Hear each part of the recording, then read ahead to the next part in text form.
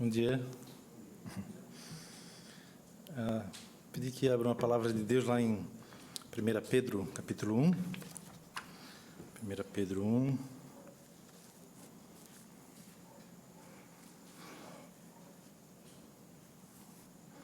Nós vamos ler o verso 10, 11 e 12, tá?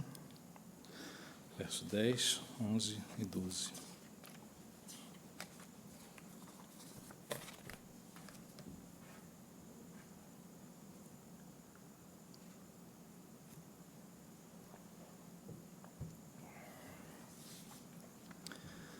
O texto diz assim: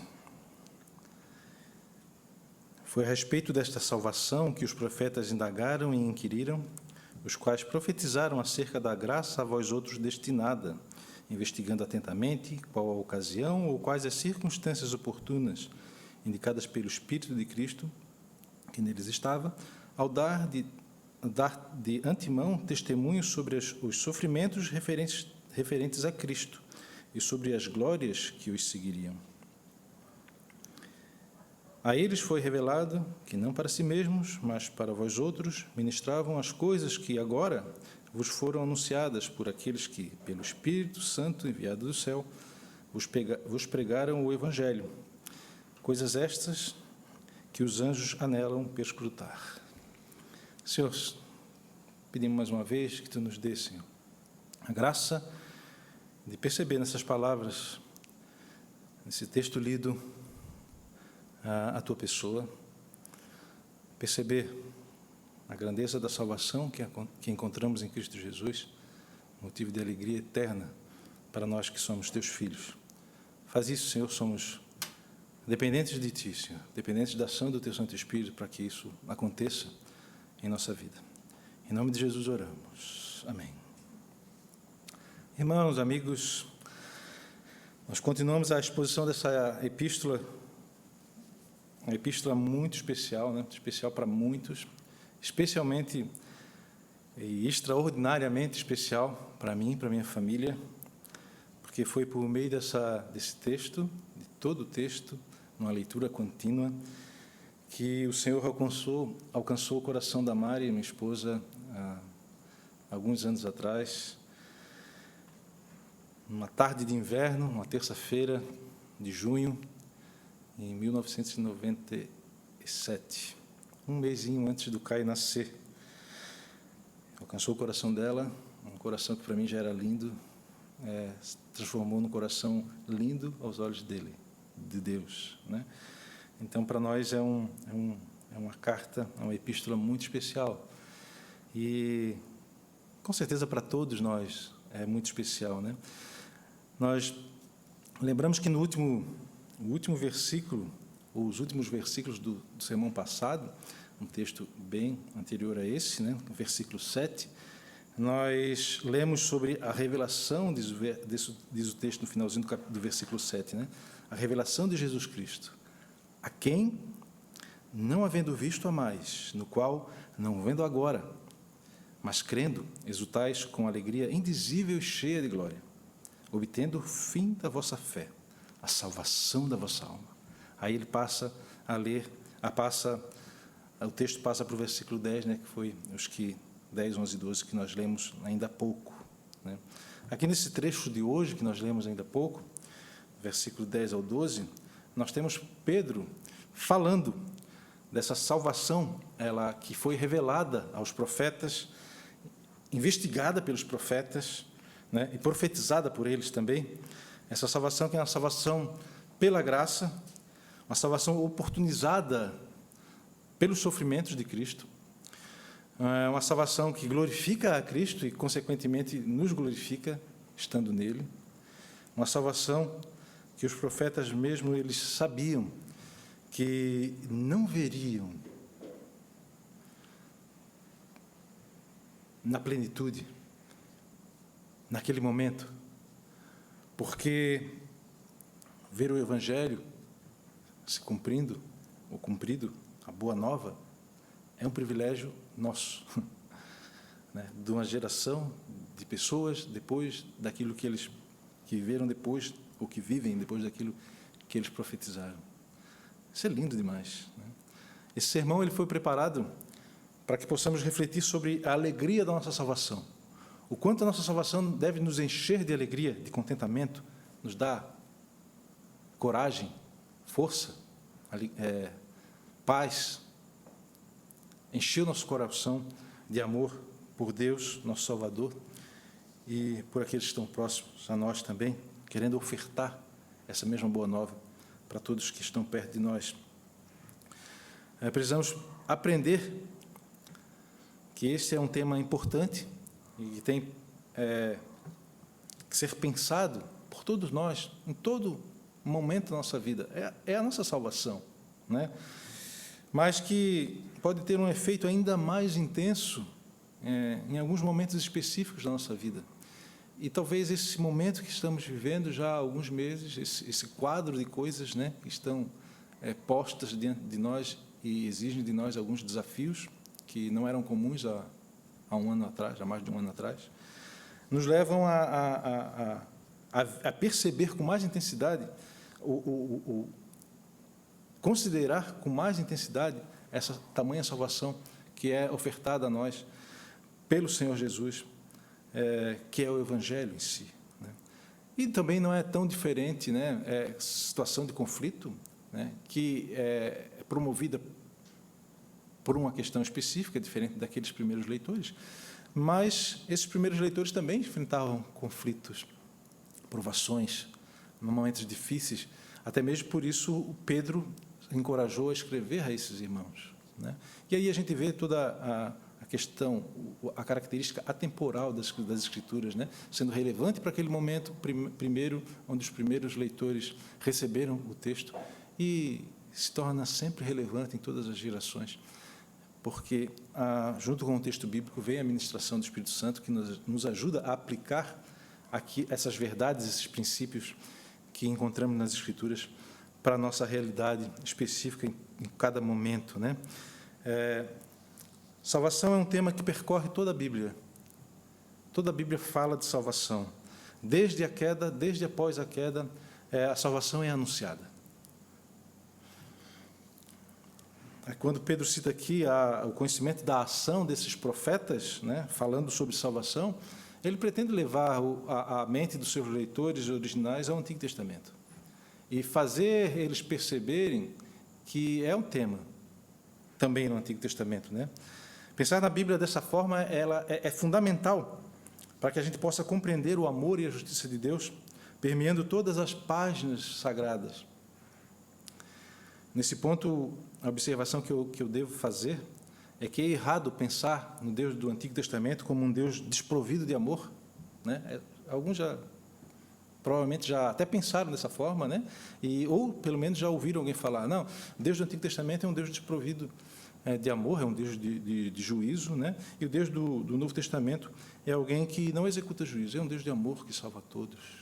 É a coisa mais errada possível, né, de se aprender, de se compreender no texto bíblico, né? Eu digo isso porque é comum, né, ouvir esse tipo de coisa. Frases do tipo, o Deus do Antigo Testamento é um Deus de juízo e Deus do Novo Testamento é um Deus de amor, elas estão erradas. Por que não falam? Limitar Deus dessa forma, no Antigo e no Novo Testamento, é um erro, né? É como se Deus fosse um pai rude que se tornou amável ao longo do tempo. Não é isso que a gente encontra nas páginas, né, das Escrituras. Isso é uma falsa imagem de Deus que não reflete o Senhor que nós encontramos no texto bíblico, né? A prova maior de que essa impressão é errada é, por exemplo, o próprio anúncio da redenção, lá no livro de Gênesis ainda, logo após a queda, quando o Senhor, Deus, vem e fala com a serpente, né, e declara a sua punição, né? Gênesis 3, no verso 5, o texto diz assim, porém inimizade entre ti e a mulher, entre a tua descendência e o seu descendente. Este te ferirá a cabeça e tu lhe ferirás o calcanhar. Deus falando para a serpente a respeito da descendência da serpente e o descendente da mulher. E no descendente da mulher, está anunciado a vitória sobre a morte, a vitória sobre Satanás, o Evangelho. O descendente da mulher pisará a cabeça da serpente. Há salvação. O problema do pecado será resolvido. A morte eterna não é uma realidade para todos. Muitos serão salvos ao crerem nessa ação e já nessa profecia a respeito desse anúncio. Muitos já creram e já foram salvos ali. Graça pura, né? O texto de Gênesis, ele destila já graça e misericórdia. Há salvação logo após a queda. Isso permeia todo o texto bíblico. A salvação que é conhecida e profetizada no Antigo Testamento tem como base essa revelação maravilhosa que percorre toda a Escritura, e ela se torna mais evidente nos Evangelhos, e aí depois ainda os apóstolos pegam essa verdade revelada no Evangelho e aplicam a vida da igreja de forma maravilhosa nas suas cartas. Salvação, graça, misericórdia, juízo, de capa a capa nas Escrituras. Deus não tem problema nenhum em conciliar essas duas coisas, amor e juízo. Em resumo, essa revelação, essa notícia, consiste em Deus dizendo algo do tipo: vocês fizeram uma péssima escolha em Adão. Lembram lá da última pregação do domingo passado do Wesley, em Romanos 5? Vocês fizeram uma péssima escolha lá em Adão, e a partir daquele momento, vocês naturalmente só podem fazer escolhas más no que diz respeito à vida eterna. Isso porque vocês não têm mais acesso à árvore da vida. Foi tirado de vocês essa oportunidade. Vocês são pecadores, não porque pecam, mas porque essa agora é a natureza de vocês, herdada do pai Adão, do cabeça federal. Com isso, vocês estão perdidos, caminhando rumo à morte eterna. Mas eu sou o Senhor Todo-Poderoso, o Deus em que em momento nenhum fui pego de surpresa. Eu sou o Senhor sobre toda a criação e sou onisciente, conheço todas as coisas. E me agrado ao fazer com que a minha vontade ela seja cumprida, ela prevaleça. A boa notícia para vocês é que eu já providenciei a salvação do meu povo, e essa salvação foi providenciada desde antes da fundação do mundo, e você já tem um lugar reservado, como meu povo, para viverem juntos a mim pela eternidade, e tem tudo planejado para que possam me adorar conforme eu desejo ser adorado. E isso vai acontecer por toda a eternidade. E para que isso aconteça, tudo será restaurado no seu devido tempo, pois o mal já está condenado, a sua sentença já é conhecida, e eu mostrarei, e como já mostrei, na verdade, que tenho poder para fazer tudo isso. Eu mostrei isso ao ressuscitar o meu Filho unigênito dentre os mortos. Sendo assim, vocês, a quem foi revelado tudo isso, vocês devem se alegrar por conta dessa salvação que já receberam da minha mão. E vocês devem demonstrar gratidão, buscando viver de acordo com a minha vontade. Eu quero ver esse desejo no coração de vocês, porque eu estou disposto a ajudar vocês a fazer isso, a me adorar por toda a eternidade. Vocês já conhecem a minha vontade, então andem nela. Tenham alegria na minha lei, impressa já no coração de vocês.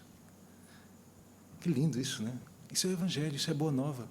Uma realidade que parte de uma péssima notícia, estamos perdidos, e termina na salvação encontrada em Cristo Jesus, oferecida gratuitamente para nós, a ação do Espírito Santo sobre nossas vidas. Né? Essa história, né? Como é lindo isso, né? Isso aqui já me lembra de cara o livro de Êxodo, né? O povo perdido, Deus ouve suas orações, né? O Senhor vem ao encontro do povo, ouve suas orações, os resgata da escravidão, leva para um lugar especial, né? Tira do cativeiro, dá as suas leis e diz: vocês foram salvos para me adorar eternamente, essa é a minha vontade, cumpram. Vou levar vocês para um lugar especial para que eu viva no meio de vocês. Isso reflete a nossa eternidade. O livro de Êxodo é o evangelho vivo no Antigo Testamento, já, segundo livro. E todos os profetas anunciam essa salvação com muita intensidade. Vou apresentar para vocês algumas anotações que eu fiz aqui a respeito do que lemos. Verso 10 diz que foi a respeito desta salvação que os profetas indagaram e inquiriram, os quais profetizaram acerca da graça a vós outros destinada. Os profetas deram atenção à salvação pela graça. Eles deram atenção. Os profetas do Antigo Testamento ficaram atentos, buscando saber mais a respeito dessa graciosa salvação. Os profetas, eles ficaram intrigados, né? Eles indagaram e inquiriram, eles ficaram intrigados, eles pesquisaram, eles foram querer saber mais a respeito disso. É isso que Pedro está dizendo aqui no verso 10.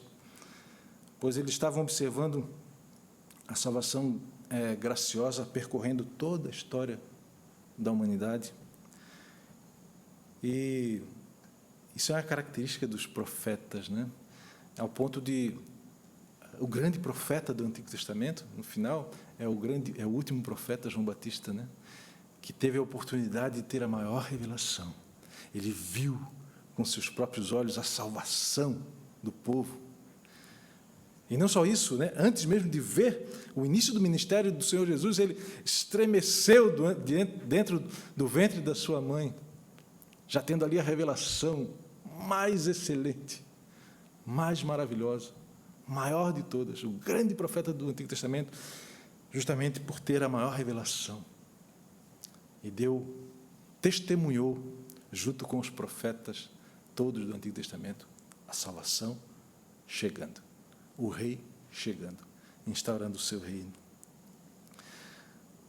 Segunda nota, verso 11, investigando atentamente qual a ocasião ou quais as circunstâncias oportunas indicadas pelo Espírito de Cristo, que neles estava, ao dar de antemão testemunho sobre os sofrimentos referentes a Cristo e sobre as glórias que os seguiriam. Os profetas investigaram a salvação oportunizada pelos sofrimentos de Cristo. Falar que já estava presente lá no Antigo Testamento essa ideia de um Deus gracioso, disposto a salvar o seu povo, não nos dá a liberdade de pensar ou de afirmar que isso era muito claro para esses homens. Existia um mistério ali ainda, existia algo que precisava ser revelado, existia um conhecimento que devia ser adquirido com mais propriedade, mas já existia o anúncio de uma salvação por meio de alguém que viria. Desde antes da queda, essa ideia de representante da raça, ela está presente. E após a queda, a ideia de um novo representante, ela é anunciada. O primeiro representante falhou, pecou, todos caímos com ele. Agora há a necessidade de um novo representante, onde nos dê remissão de pecados, onde nos faça expiação por nós, onde seja propiciado, né? Onde nós encontramos essa graça maravilhosa. O novo representante deve ser, então, enviado pelo próprio Deus, Yahvé, o Senhor da aliança, e passa a ser chamado de Messias. Então, ele é o Messias, o ungido de Deus que virá. Ele é o Filho do homem, o unigênito, né, do Pai, o Rei dos reis, o Rei que chega para instaurar o reino da sua glória, o reino eterno, e atrair muitos para ele, para desfrutarem desse reino juntamente com eles. Contudo, essa ideia de alcançar a salvação pelos sofrimentos de Cristo, como um servo sofredor, era um grande mistério. Como alcançar salvação pelos sofrimentos? Isso para os judeus é algo que vai se tornando difícil de entender. Mas tem a ver com o que o apóstolo Paulo fala aos gentios lá em Colossenses, capítulo 1, versos 26 e 27. Lá o apóstolo Paulo diz assim: O mistério que estava oculto dos séculos e das gerações, agora, todavia, se manifestou aos seus santos, os quais Deus quis dar a conhecer qual seja a riqueza da glória deste mistério entre os gentios, isto é, Cristo em vós, esperança e glória. E essa glória, ela é alcançada justamente pelo sofrimento, morte e ressurreição do nosso Senhor. Os profetas, eles testemunharam, sim, aspectos do sofrimento que glorificam a Cristo e que estão agora associadas à nossa salvação. Só que, com certeza, não era algo muito fácil deles perceberem, né? Olhando atentamente para o cerimonial do Antigo Testamento, não tem como negar essa necessidade de um servo sofredor vir pagar pelos nossos pecados, né? É isso que o cerimonial do Antigo Testamento mostra, né? A morte nos sacrifícios, a oferta das primícias, derramamento de sangue, o conceito de expiação já presente, tudo isso nos leva a ver que as leis cerimoniais do sacerdócio levítico do Antigo Testamento apontam para algo maior, algo que viria no futuro, algo que seria o tipo que justifica toda essa representação nas páginas do Antigo Testamento, no cerimonial, na vida do povo judeu. Hebreus capítulo 4, finalzinho do capítulo 4, capítulo 5, vai falar desse novo sacerdócio que chega na pessoa de Cristo, né?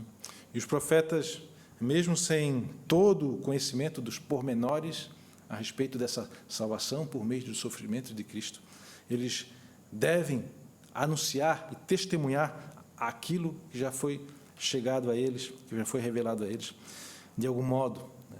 Porque de algum modo a graça de Deus para a salvação nos alcança por meio desse sofrimento do Messias, e eles devem então encarar essa realidade, porque o final de todo esse processo é a glória do próprio Senhor, do próprio Messias, do próprio Cristo, e a nossa glória por estarmos nele, né?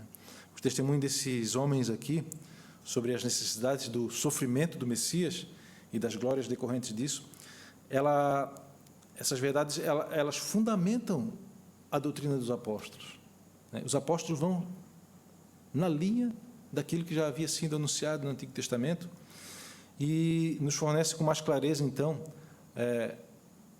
conceitos, né? Essa imagem, então, da salvação adquirida pelos méritos de Cristo como sendo o Senhor, o Messias anunciado. Esse é o trabalho dos apóstolos, né? Eles olham para o Antigo Testamento, lembra lá o discurso de Pedro, em Atos 2, ele olha para o Antigo Testamento, olha para as palavras da profecia e olha para a pessoa de Jesus Cristo, sua obra, e dizem, olha, gente, é isso. Era isso que estava sendo anunciado. Sabe aquele que foi morto, crucificado lá, que nós matamos, que vocês mataram? Este é o Cristo. É nesse que vocês devem confiar. É nisso que vocês devem depositar toda a fé. Pedro falando isso, né? O mesmo Pedro. O mesmo Pedro. Doutrina dos apóstolos, fundamentada na profecia do Antigo Testamento. Como se completa, né? Jesus sofreu e morreu por nossas ofensas e retoma sua própria vida para a nossa redenção. Agora, a fé nos méritos de Jesus nos justifica. A obra graciosa de Deus na nossa salvação consiste em nós, injustos, pecadores, nos tornamos justos, crendo no justo.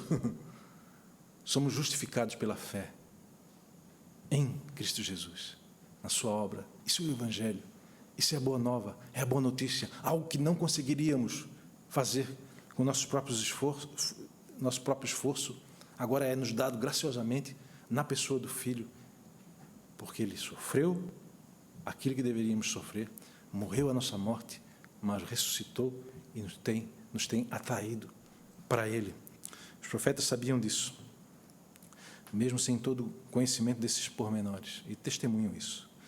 Um comentarista diz o seguinte a respeito dessa relação entre os apóstolos e os profetas, né, o evangelho em si. A doutrina dos profetas e dos apóstolos concordam exatamente porque vem do mesmo Espírito de Deus. O evangelho é a ministração do Espírito. Seu êxito depende da sua operação e bênção. Nós somos obra da operação do Espírito, da sua bênção concedida a nós. Uma nota a terceira que eu preciso fazer aqui, versículo 12, diz assim: a eles foi revelado que não para si mesmos, mas para vós outros, ministravam as coisas que agora vos foram anunciadas por aqueles que, pelo Espírito Santo enviado do céu, vos pregaram o Evangelho, coisas essas que os anjos anelam perscrutar. Anunciadas por aqueles que, pelo Espírito Santo enviado dos céus, os apóstolos, né? O próprio Pedro está falando, olha, aquilo que chegou a vocês, eles anunciaram a vinda daquilo, a notícia, a boa nova, que agora vocês têm recebido por aqueles que têm pregado o Evangelho para vocês. Coisas essas que os anjos anelam perscrutar. Os profetas sabiam que eles mesmos não veriam o Evangelho cumprido. Por isso é um privilégio futuro que nos alcança, por exemplo, né, pós-ministério terreno de Jesus.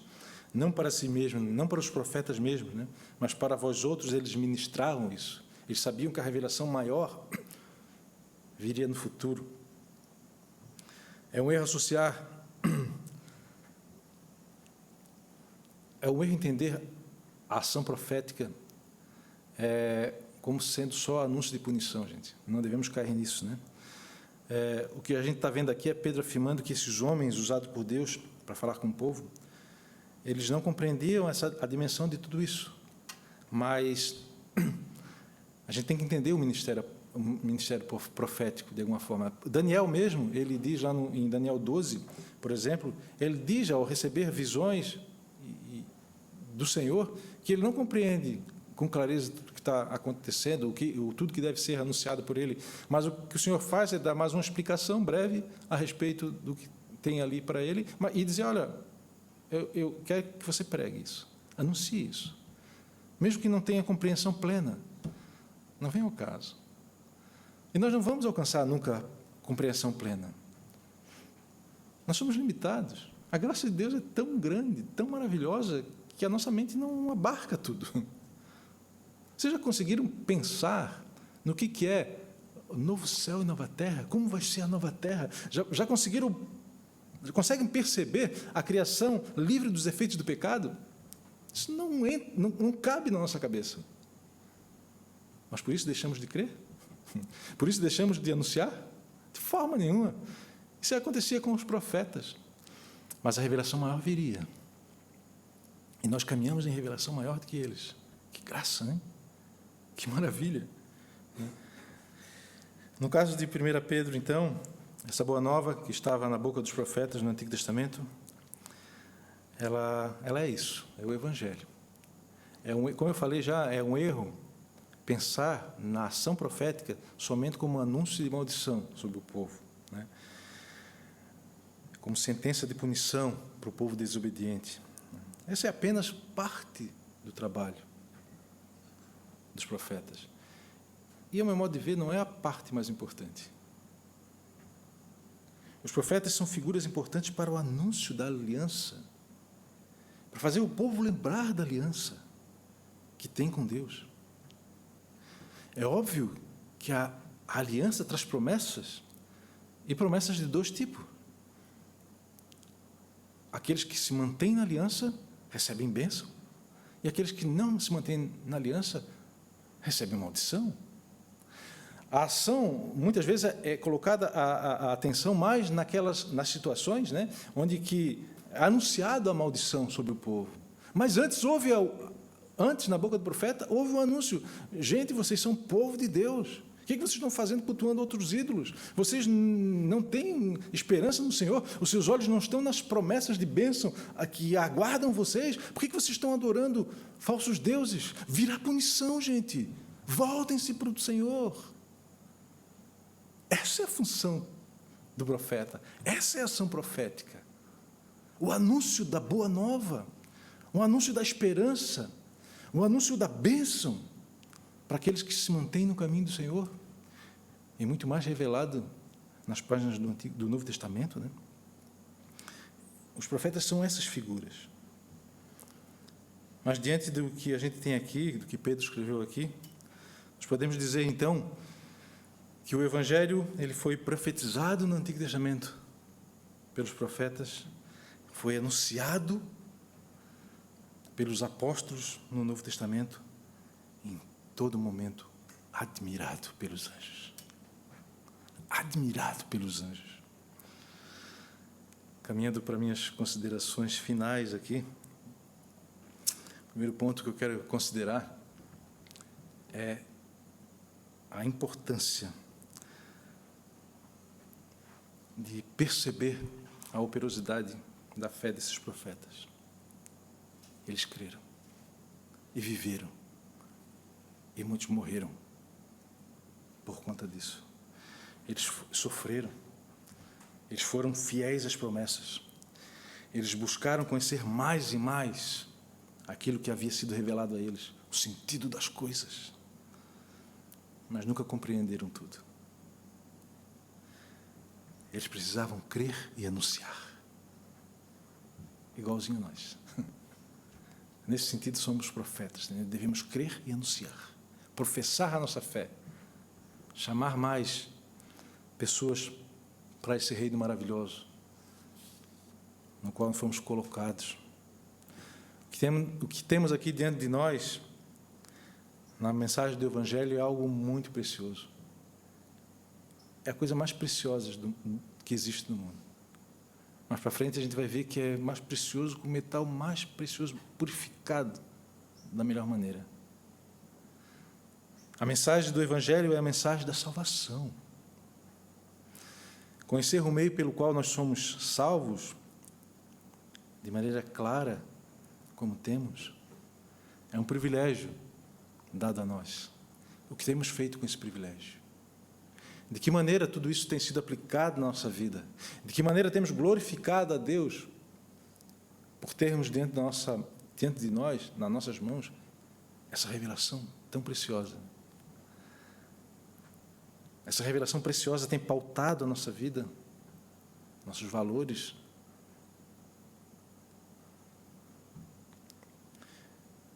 Esse privilégio ele não está marcado somente pela posição privilegiada que nós estamos na história, mas está ligado principalmente a essa graça maravilhosa que é a fé concreta no ato salvador de Cristo Jesus no Calvário. Graça maior não existe. A graça de termos fé. Não é algo que alcançamos. E, com certeza, essa fé tem salvado a muitos.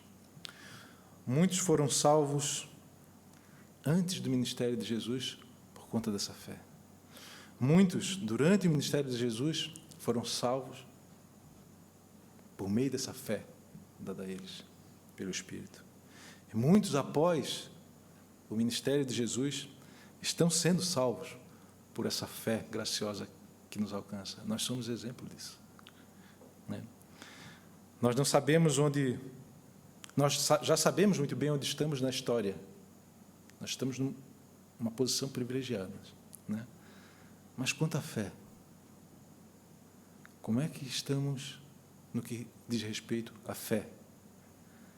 Onde está a nossa fé? A pergunta central é: onde está a nossa fé? Não importa muito o tamanho dela. É importante que ela cresça. E é importante que você se alimente com coisas que façam ela crescer. Mas o central é onde está. Porque onde está a sua fé fará toda a diferença. E ela deve estar no Evangelho, na pessoa de Cristo, nosso Salvador, aquele que sofreu e morreu para nos dar esperança, alegria, paz. Era isso que aqueles homens estavam precisando ouvir naquele momento. João 15:20 vai dizer: lembrai-vos da palavra que vos disse, não é o servo maior que o seu Senhor? Se me perseguiram a mim, também perseguirão a vós outros. Se a figura central do Evangelho é Cristo, porque nós nele temos salvação, e Cristo foi perseguido, sofreu, o que esperar nós? O que devemos esperar da nossa vida, né? Nessa introdução aqui nós vemos Pedro falando a respeito dessa salvação tão importante, anunciada pelos profetas e passada, que passa pelo sofrimento de Cristo. Nós podemos dizer, então, que o anúncio da glória de Jesus passa necessariamente pelo seu sofrimento, pela sua entrega, pela sua morte, para satisfazer a justiça divina. O amor de Deus e a sua justiça caminham lado a lado. Para Ele nos amar, Ele entrega seu próprio Filho para receber a sua justiça. Isso é expiação. Isso é propiciação por pecado. Isso é salvação ofertada. Essa glória de Jesus Cristo, nosso Senhor, em meio ao sofrimento, é o combustível que Pedro sabe que aqueles homens e mulheres, naquele momento da história, perseguidos pelo governo romano, estão precisando. Eu não vou dar para vocês, Pedro, né, falando, né? Na verdade, ele não falou, só estou colocando palavras na boca dele, né? Eu não vou dar para vocês analgésico, vocês precisam de algo mais poderoso aí. Analgésico só vai tirar dor. Eu vou no centro desse câncer. Eu vou extirpar ele. Vocês precisam de evangelho. Vocês precisam refletir na salvação alcançada. O resto se acomoda. Vocês são servos de quem? De Jesus? Olhem para o ministério dele. Se ele sofreu, vocês vão sofrer também. Nisso ele foi glorificado. E nisso está a glória de vocês. Loucura, né? Como eu já falei, às vezes eu falo algumas frases que, com certeza, gente, tem uma referência, porque eu acho que não seria tão brilhante assim, né? Com certeza. Mas eu costumo dizer que o cristão, ele tem um destino nessa vida, e o destino é sofrer. Sério. Ele vai sofrer por fazer a vontade de Deus, ou ele vai fazer por não fazer a vontade de Deus.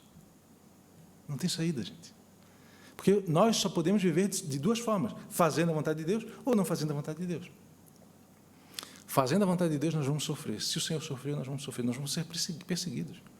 Nós estamos num mundo banhado pelo pecado, e o pecado, se nós somos salvos, o pecado nos afeta, nos faz sofrer.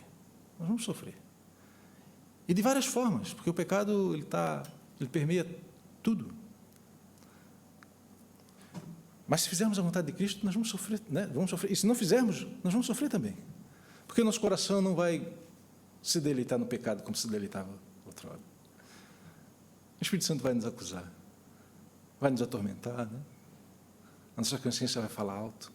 E a gente vai se humilhar, vai chorar. A diferença é, você sofrer para fazer a vontade de Deus, colhe frutos eternos, de vida eterna. Você sofrer por não fazer a vontade de Deus, reflete o que você terá na eternidade também, sofrimento.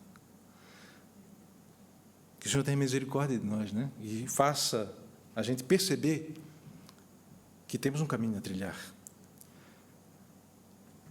E se você se vê nesse caminho certo já, ânimo, ânimo. É isso que Pedro está querendo agora falar para esses homens e mulheres. Vocês já conhecem o Evangelho? Ânimo! Vocês estão sofrendo? Olhe para o sofrimento de Cristo. Isso deve impulsionar vocês a dizer, eu vou testemunhar a minha fé no Senhor que morreu, sofreu, para que eu tivesse vida eterna. Eu vou me gloriar nisso. A glória do Senhor me pertence. Eu vou sofrer. Eu quero ser digno dos sofrimentos do Senhor Jesus. Que glória! O segundo ponto dessa consideração final: nem mesmo os anjos conheciam este caminho, mas desejavam examiná-lo. Para os anjos era uma coisa extraordinária. A salvação, o Evangelho. Nossa posição aqui privilegiada, é privilegiada. Nós somos, então, conhecedores dos mistérios que os anjos anelam para escrutar, investigar, examinar. Eles querem saber mais a respeito disso. Este caminho foi revelado para os profetas e apóstolos, e dessa maneira que a Boa Nova chegou à igreja. E agora os anjos, eles já até entendem, a maneira pela qual o Senhor salva, por meio do sofrimento, da morte e da ressurreição do Filho. Mas em certo aspecto, os anjos sempre ficarão nesse conhecimento, vamos dizer, teórico, parcial. Os anjos ficam boquiabertos ao serem confrontados com esse amor de Deus, redimindo criaturas pecadoras. O Evangelho é para o homem, para a humanidade, homens e mulheres. E os anjos veem isso e olham, nossa! Eles não dizem nossa, é óbvio, Que é isso? Eles devem romper em louvor quando percebem a maravilha, a beleza do Evangelho. E eles querem, que é isso? Santo, santo, santo. Eles devem começar a cantar. Nascimento, vida, entrega, morte e ressurreição, retorno aos céus por conta de homens pecadores. Glória a Deus por essa bendita salvação, por essa sabedoria. O Deus Criador, onisciente, é poderoso em todos os aspectos. Glória a Ele. Ele consegue redimir pecadores que eram inimigos dele e os ama em Cristo, seu Filho. Os anjos ficam loucos, anelam para escutar. É fantástico! Quanta sabedoria, quanto poder, quanta justiça, quanto amor, num ser só. Imaginem, se a gente tem a capacidade de vislumbrar o ser de Deus, imagina os anjos, vislumbrando todas essas perfeições de Deus, revelada no Evangelho. Os anjos devem romper em louvor. E você, irmão, que é alvo desse amor, como você reage ao Evangelho, no meio das tribulações? É isso que Pedro está querendo dizer. Gente, os anjos anelam para escutar. Quanto tempo vocês têm gastado com o Evangelho, de modo que ele seja vivo, presente na vida de vocês, para que vocês possam passar pelas provações do dia a dia? Já tomaram consciência da dimensão da salvação que os alcançou? Rompam em alegria, em júbilo, exulte, louve ao Senhor por tamanha salvação. Se os anjos que não são diretamente atingidos pelo Evangelho se comportam dessa forma, imaginem nós, o que o Senhor espera de nós, que sabemos muito bem o que está dentro do nosso coração, que é só pela graça que fomos salvos. Precisamos valorizar, então, o Evangelho. Valorizar o Evangelho é glorificar a Cristo, o Senhor. Precisamos conhecer o Evangelho, estudar o Evangelho, meditar no Evangelho, compartilhar o Evangelho. O Evangelho tem que sair dos nossos poros, tem que ser a nossa vida, a base dos nossos sentimentos, nossas emoções, nossas vontades, nossos relacionamentos, nossas convicções, a base de tudo, porque é a salvação. É Cristo Jesus, nosso Senhor. É o Evangelho que nos redime e nos sustenta nesse mundo marcado pelos desafios que temos diante de nós. É o Evangelho por quê? Porque, lembre-se, o Evangelho é Cristo. Essa é a boa nova. É o Evangelho que nos santifica por nos levar mais próximo de Cristo e tornarmos semelhantes a Ele. com um caráter transformado pelo Espírito Santo. Você quer ter amor, alegria, paz, longanimidade, benignidade, bondade, fidelidade, mansidão, domínio próprio? Aproxime-se de Cristo pelo Evangelho. Permita que o Espírito Santo trabalhe na sua vida. Fruto do Espírito, gente. Como encarar esse mundo perverso sem fruto do Espírito? Impossível. Só quem está em Cristo é possível. O Evangelho, ele já fez muita gente feliz e com esperança em tardes frias de inverno. Que nós possamos experimentar isso também, que sejamos mais um a experimentar esperança e alegria em tardes frias de inverno, para a glória do Senhor. Senhor, nós louvamos a Ti, nós Te agradecemos, Pai, por tamanha revelação, por tamanha salvação, por tamanho encorajamento e consolo que traz o Evangelho. Senhor, que possamos ser transformados dia após dia, Senhor, pelo poder do Teu Santo Espírito. Senhor, transforma nosso caráter, nos dê amor, alegria, paz, longanimidade, benignidade, fidelidade, mansidão, domínio próprio, Senhor. Transforma nosso ser à medida que nos aproximamos cada vez mais do Evangelho, Senhor. Que nos aproximamos cada vez mais do varão perfeito, para que possamos alcançar essa estatura esperada de nós. Que possamos progredir, Senhor, nesse caminho, um caminho aberto pela salvação, conquistada pelos sofrimentos e méritos de Cristo na cruz. Senhor, que no meio das tribulações, dificuldades, desafios do dia a dia, Senhor, o que fale mais alto é o Evangelho da nossa salvação, anunciado pelos profetas, pregado pelos apóstolos, e que chegou até nós. Esse é o nosso maior bem, Senhor, aquilo que temos de mais valioso, Senhor. Ajuda-nos a nos apegar a isso, para a honra e glória do Teu nome, para que sejamos glorificados juntamente com Cristo. Em nome de Jesus oramos. Amém. Amém, irmãos.